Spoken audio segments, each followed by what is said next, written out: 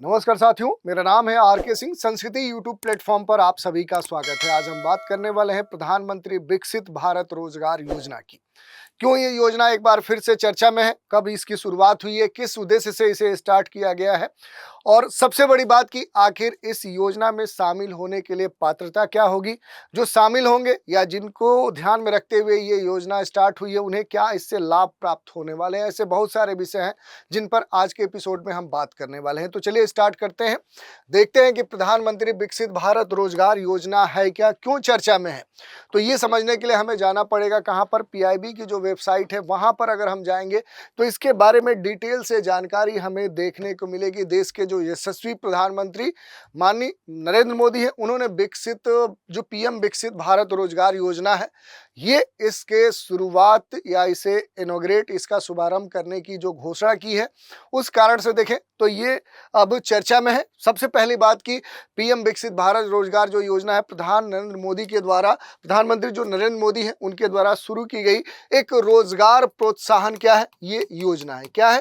रोजगार प्रोत्साहन ये योजना है, रोजगार को प्रोत्साहन देने के लिए। और इस योजना के स्टार्ट करने के पीछे जो सबसे महत्वपूर्ण उद्देश्य है वो रोजगार के स्तर पे सकारात्मक एक माहौल बनाना, एक इकोसिस्टम बनाना, और जिसका उद्देश्य 1 अगस्त 2025 से, ये सबसे महत्वपूर्ण बात है कि 1 अगस्त 2025 से 31 जुलाई 2027 तक, ये ध्यान दीजिए, ये जो टाइम लाइन है, टाइम बाउंडेशन है, इसके बीच में लगभग टारगेट रखा गया है कि 3.5 करोड़, ये एक बड़ा आंकड़ा है, 3.5 करोड़ नौकरियां क्या की जाएंगी, वो सृजित की जाएंगी। और इसी उद्देश्य को, इसी ध्येय को लक्ष्य बनाते हुए पीएम विकसित भारत रोजगार योजना स्टार्ट की गई है। पहली बार निजी क्षेत्र में नौकरी पाने वाले युवाओं को भी इसके तहत शामिल करते हुए उन्हें खास तौर पे प्रोत्साहन राशि देने की बात की गई है। आवेदन हेतु ईपीएफओ जो रजिस्ट्रेशन है, जो यूएन सक्रियकरण है और जो पात्रता शर्तें हैं वो पूरी करना इसमें अनिवार्य है। तो इसी कारण से देखें तो ये चर्चा में है, इसके बारे में हम बात भी कर रहे हैं। दूसरी बात करें तो इससे जुड़े हुए जो जानकारी है वो खास तौर पे देखें तो डॉक्टर मनसुख जो मंडाविया है, उन्होंने अपने ट्विटर हैंडल पे देखें या अपना जो भी कह सकते हैं कि प्लेटफॉर्म है सोशल मीडिया, वहां पर इसके बारे में विशेष तौर पे जानकारी दी कि प्रधानमंत्री नरेंद्र मोदी ने लाल किले की प्राचीर से अपने संबोधन में आज पीएम विकसित भारत रोजगार योजना को लागू करने की घोषणा कर दी है। तो इस कारण से देखें तो अब ये योजना चर्चा में है। पीएम मोदी ने युवाओं को खास तौर पे, जो रोजगार एक बड़ा मुद्दा अपने देश में बना हुआ है, तो रोजगार के स्तर पे रोजगार को बढ़ावा देने के लिए खास तौर पे देखेंगे तो अभी हाल ही में जो अपने देश में 79th जो स्वतंत्रता दिवस मनाया गया, उसी अवसर पे लाल किला की प्राचीर से इस योजना की घोषणा की।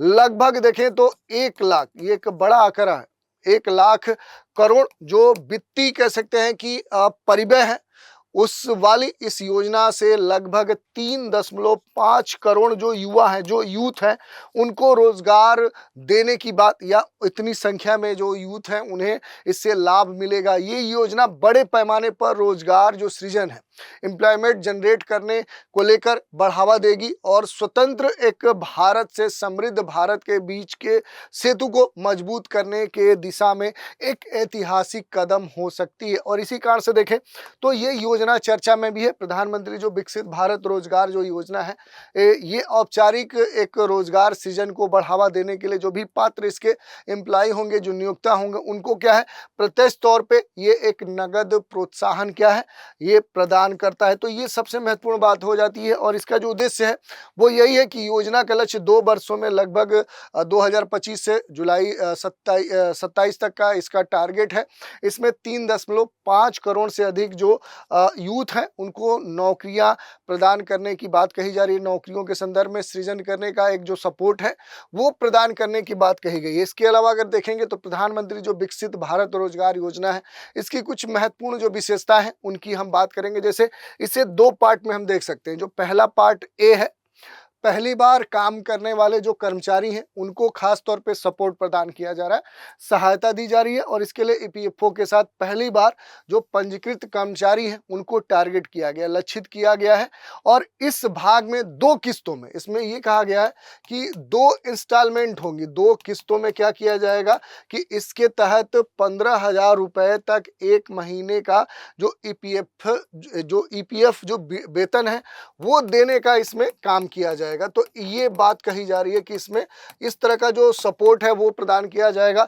1 लाख रुपए तक के वेतन वाले जो कर्मचारी हैं उनको प्रोत्साहन राशि के संदर्भ में कहा गया कि वो प्रोत्साहन राशि के पात्र होंगे, एलिजिबल होंगे। और पहली किस्त के संदर्भ में कहा गया कि जो फर्स्ट इंस्टॉलमेंट होगा, जो पहली किस्त होगी उसके संदर्भ में कहा गया कि 6 महीने 6 मंथ की सेवा के बाद ये जो सर्विस है उसके बाद फिर से जो दूसरी किस्त होगी वो 12 महीने के बाद जो भी इसमें सेवा या फिर कर्मचारी के द्वारा जो वित्तीय साक्षरता कार्यक्रम है वो पूरा करने के बाद ये प्रदान किया जाएगा। इसके अलावा जो भी बचत है, बचत की आदत को कहीं ना कहीं एक तरह से प्रमोट किया जा रहा है, सेविंग को प्रमोट किया जा रहा है।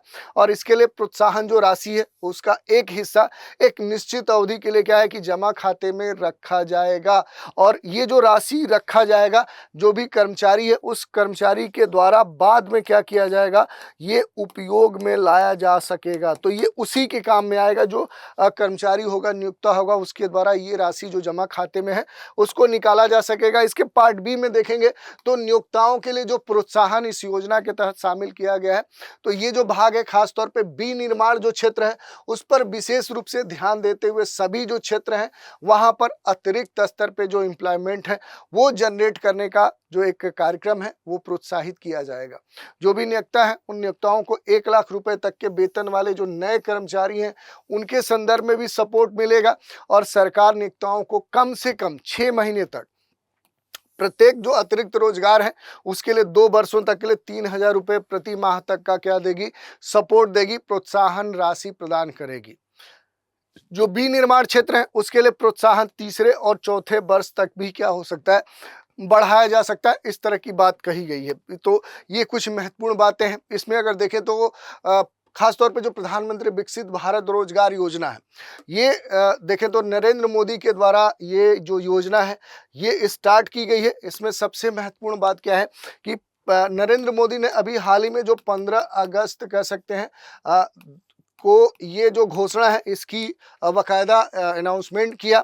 जो पीएम जो कह सकते हैं प्रधानमंत्री विकसित भारत रोजगार योजना है जिसे हम कह सकते हैं कि ये पीएम क्या है, विकसित भारत रोजगार जो योजना है ये योजना की जो शुरुआत है जिसका उद्देश्य बड़े पैमाने पर क्या है, एम्प्लॉयमेंट को जनरेट करना है, एम्प्लॉयमेंट को सृजित करना है।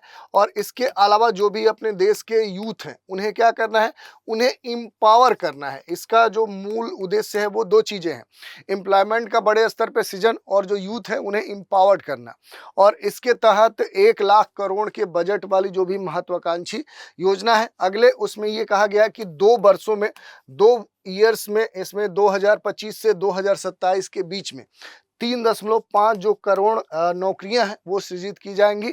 और इसके तहत जो भी युवा हैं उनको लाभ प्रदान किया जाएगा। निजी क्षेत्र के जो नियोक्ता है उनको भी इसके तहत शामिल किया जाएगा। ये पूरा जो रोजगार लिंक्ड प्रोत्साहन योजना है ये क्या है, पूरी तरह से देखेंगे तो एम्प्लॉयमेंट लिंक्ड कह सकते हैं कि प्रोग्राम है। और इसके तहत कर्मचारी भविष्य निधि जो ईपीएफओ होता है इसके तहत जो पूरे इसके माध्यम से ये नोडल एजेंसी होगी, इसके माध्यम से इसके पूरे कार्यक्रम को लागू करने का जो प्रयास है वो यहाँ पर किया जाएगा। दूसरी बात है कि इसके तहत पहली बार नौकरी करने वाले जो यूथ हैं उन्हें नियुक्त करने वाले जो भी निक्षेत्र हैं या नियोक्ता हैं जैसे एमएसएमईज हैं या फिर मैन्युफैक्चरिंग सेक्टर हैं, सर्विसेज या टेक्नोलॉजी इंडस्ट्री है, इन दोनों का क्या होगा, लाभ प्राप्त होगा। तो ये महत्वपूर्ण बात है। इसमें एक चीज और देखने वाली बात है कि पहली बार नौकरी जो करने वाले हैं उनको भी लाभ होगा क्योंकि इनके लिए नगद जो प्रोत्साहन है उसको इसमें शामिल कर दिया गया है। जिसके तहत ये कहा गया है कि निजी क्षेत्र अगर कोई भी प्राइवेट सेक्टर है तो निजी क्षेत्र के संदर्भ में ये कहा गया कि वहाँ जो भी काम कर रहे हैं तो पहली जो औपचारिक नौकरी है, ये ध्यान देने वाली बात है कि पहली जो औपचारिक नौकरी है उस नौकरी के संदर्भ में जो भी वो काम कर रहा है, उस नौकरी के संदर्भ में ये कहा गया है कि उस नौकरी पर मिलने पर ये हो गया कि 15,000 रुपये का जो सीधे लाभ है वो इनको प्रदान किया जाएगा। दूसरी बात क्या है कि इसके संदर्भ में जो भुगतान प्रक्रिया है कि पहली किस्त में 6 महीने लगातार काम करने के बाद और दूसरा जो किस्त है वो 12 महीने पूरे होने पर, जिसमें कुछ जो राशि है वो बचत साधन में जमा होगा, बचत अकाउंट में सेविंग अकाउंट में जमा होगा, जिसे बाद में वो इस्तेमाल कर सकता है। और दूसरी किस्त पाने के लिए जो वित्तीय साक्षरता मॉड्यूल है वो पूरा करना जरूरी है। यही नहीं, जो स्किल्स डेवलपमेंट है उसके संदर्भ में कहा गया है कि जो आत्मनिर्भरता है, जो स्किल्स डेवलपमेंट है, जो एक उद्यमिता है, उसको भी बढ़ावा देना इसका एक महत्वपूर्ण लक्ष्य है।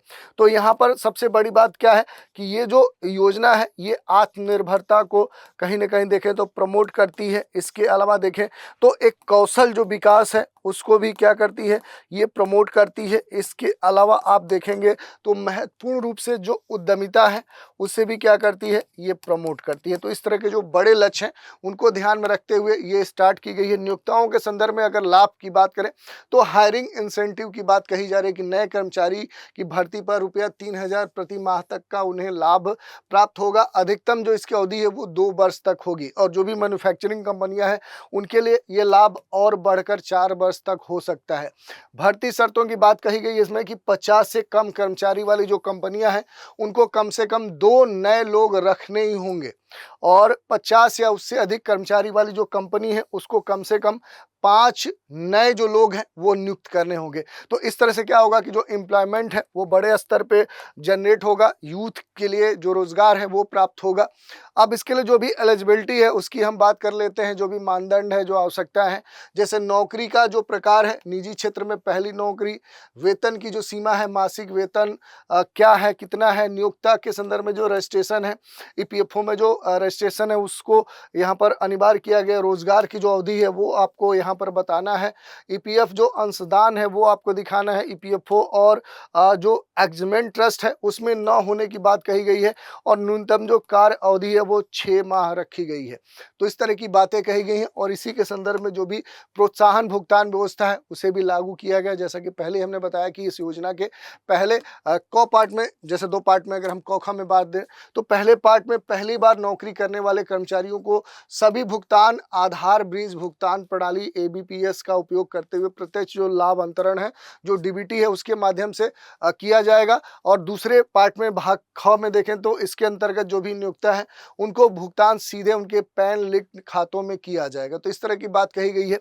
योजना की जो शुरुआत है वो तो आप समझ ही गए हैं कि 1 अगस्त से हुई है और ये 2027 तक ये योजना रहेगी। इसमें अगर हम बात करें तो जो भी ये योजना है इसमें कैसे आवेदन करेंगे, तो देखिए युवाओं के संदर्भ में पहली नौकरी मिलने पर जो भी यूएन है, यूनिवर्सल अकाउंट जो नंबर है वो जनरेट करना होगा और उसे एक्टिवेट करना होगा। फिर फेस जो ऑथेंटिफिकेशन है वो आपको प्रक्रिया पूरी करनी होगी और उसके बाद ईपीएफ जो अंशदान है वो आप शुरू कर सकते हैं।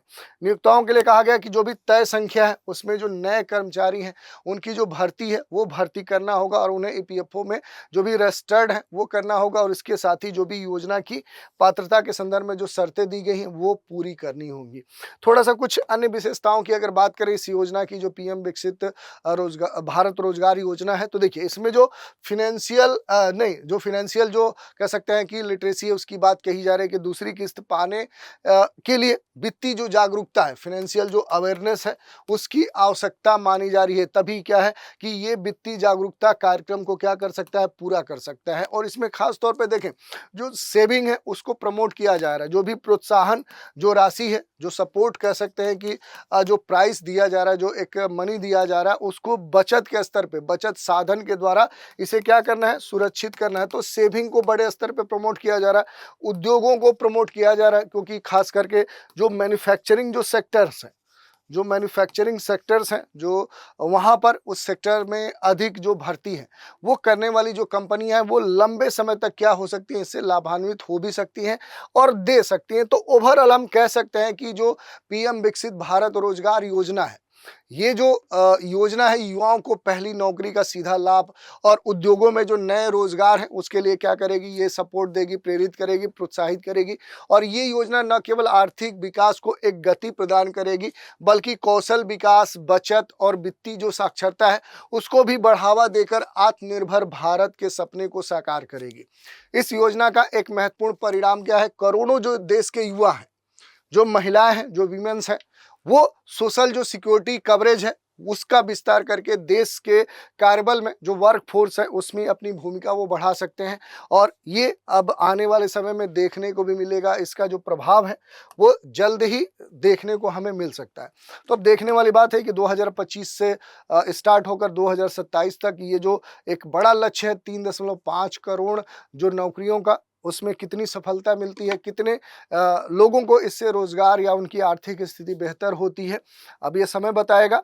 तो आज के एपिसोड में हमने डिटेल में बात कर ली कि आखिर ये जो पीएम विकसित भारत रोजगार योजना है ये क्यों चर्चा में है, कब स्टार्ट की गई है, किस उद्देश्य से स्टार्ट की गई है, ये किनको लक्षित करते हुए योजना स्टार्ट की गई है, इसके टाइम जो बाउंडेशन है, टाइम लिमिट क्या है और इसमें कौन सी पात्रताएं शामिल की गई हैं, कौन से लाभान्वित होंगे, उसके लिए क्या एलिजिबिलिटी रखी गई है, इन सभी बातों पर हमने डिटेल से बात की। तो आज के एपिसोड में इतना ही। आप सभी हमारे साथ बने रहें, इसके लिए धन्यवाद। अगले एपिसोड में एक नई योजना पर चर्चा करने के लिए फिर से आपसे रूबरू होंगे। Thank you.